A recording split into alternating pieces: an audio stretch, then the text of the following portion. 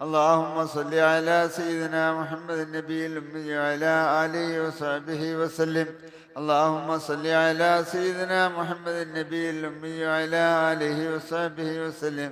اللهم صل على سيدنا محمد النبي الأمي وعلى آله وصحبه وسلم. اللهم صل على سيدنا محمد النبي الأمي وعلى آله وصحبه وسلم. اللهم صل على سيدنا محمد النبي الأمي وعلى آله وصحبه وسلم. اللهم صل على سيدنا محمد النبي الأمي وعلى آله وصحبه وسلم.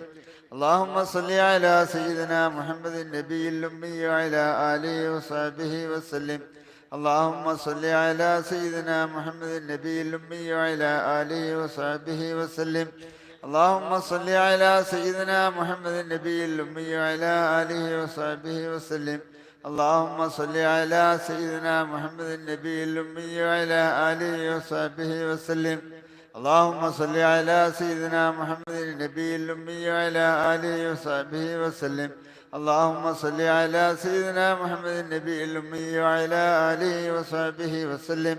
اللهم صل على سيدنا محمد النبي الأمي وعلى آله وصحبه وسلم. اللهم صل على سيدنا محمد النبي الأمي وعلى آله وصحبه وسلم. اللهم صل على سيدنا محمد النبي الأمي وعلى آله وصحبه وسلم. اللهم صل على سيدنا محمد النبي الأمي وعلى آله وصحبه وسلم. إلهي أنت مقصودي ورضاك مطلوبي. إلهي أنت مقصودي ورضاك مطلوبي. إلهي أنت مقصودي ورضاك مطلوبي. اللهم صل صلاة كاملة وسلم سلاما تاما على سيدنا محمد الذي تنحل به العقد وتنفرج به الكرب وتقضى به الحوائج وتنال به الرغائب وحسن الخواتم ويستسقى الغمام بوجهه الكريم وعلى آله وصحبه في كل لمحة ونفس بعدد كل معلوم لك. اللهم صل صلاة كاملة وسلم سلاما تاما على سيدنا محمد الذي تنحل به العقد وتنفرج به الكرب وتقضى به الهوائج وتنال به الرغائب وحسن الخواتم ويستسقى الغمام بوجهه الكريم على آله وصحبه في كل لمحة ونفس بعدد كل معلوم لك. اللهم صل صلاة كاملة وسلم سلاما تاما على سيدنا محمد الذي تنحل به العقد وتنفرج به الكرب وتقضى به الحوائج وتنال به الرغائب وحسن الخواتم ويستسقى الغمام بوجهه الكريم وعلى آله وصحبه في كل لمحة ونفس بعدد كل معلوم لك. اللهم صل صلاة كاملة وسلم سلاما تاما على سيدنا محمد الذي تنحل به العقد وتنفرج به الكرب وتقضى به الحوائج وتنال به الرغائب وحسن الخواتم ويستسقى الغمام بوجهه الكريم وعلى آله وصحبه في كل لمحة ونفس بعدد كل معلوم لك. اللهم صل صلاة كاملة وسلم سلاما تاما على سيدنا محمد الذي تنحل به العقد وتنفرج به الكرب وتقضى به الحوائج وتنال به الرغائب وحسن الخواتم ويستسقى الغمام بوجهه الكريم وعلى آله وصحبه في يوم لك. اللهم صل صلاة كاملة وسلم سلاما على سيدنا محمد الذي تنحل به العقد وتنفرج به الكرب وتقضى به الهوائج وتنال به الرغائب وحسن الخواتم ويستسقى الغمام بوجهه الكريم وعلى آله وصحبه في كل لمحة ونفس بعدد كل معلوم لك. اللهم صل صلاة كاملة وسلم سلاما تاما على سيدنا محمد الذي تنحل به العقد وتنفرج به الكرب وتقضى به الهوائج وتنال به الرغائب ويحسن الخواتم ويستسقى الغمام بوجهه الكريم وعلى آله وصحبه في كل لمحة ونفس بعدد كل معلوم لك. اللهم صل صلاة كاملة وسلم سلاما تاما على سيدنا محمد الذي تنحل به العقد وتنفرج به الكرب وتقضى به الحوائج وتنال به الرغائب وحسن الخواتم ويستسقى الغمام بوجهه الكريم وعلى آله وصحبه في كل لمحة ونفس بعدد كل معلوم لك. اللهم صل صلاة كاملة وسلم سلاما تاما على سيدنا محمد الذي تنحل به العقد وتنفرج به الكرب وتقضى به الحوائج وتنال به الرغائب وحسن الخواتم ويستسقى الغمام بوجهه الكريم وعلى آله وصحبه في كل لمحة ونفس بعدد كل معلوم لك. اللهم صل صلاة كاملة وسلم سلاما تاما على سيدنا محمد الذي تنحل به العقد وتنفرج به الكرب وتقضى به الهوائج وتنال به الرغائب وحسن الخواتم ويستسقى الغمام بوجهه الكريم وعلى آله وصحبه في كل لمحة ونفس بعدد كل معلوم لك. إلهي أنت مقصودي ورضاك مطلوبي. إلهي أنت مقصودي ورضاك مطلوبي. إلهي أنت مقصودي ورضاك مطلوبي. اللهم صل على محمد يا رب صل عليه وسلم. اللهم صل على محمد يا رب صل عليه وسلم. اللهم صل على محمد يا رب صل عليه وسلم. اللهم صل على محمد يا رب صل عليه وسلم. محمد يا رب صل عليه وسلم. اللهم صل على محمد يا رب صل عليه وسلم.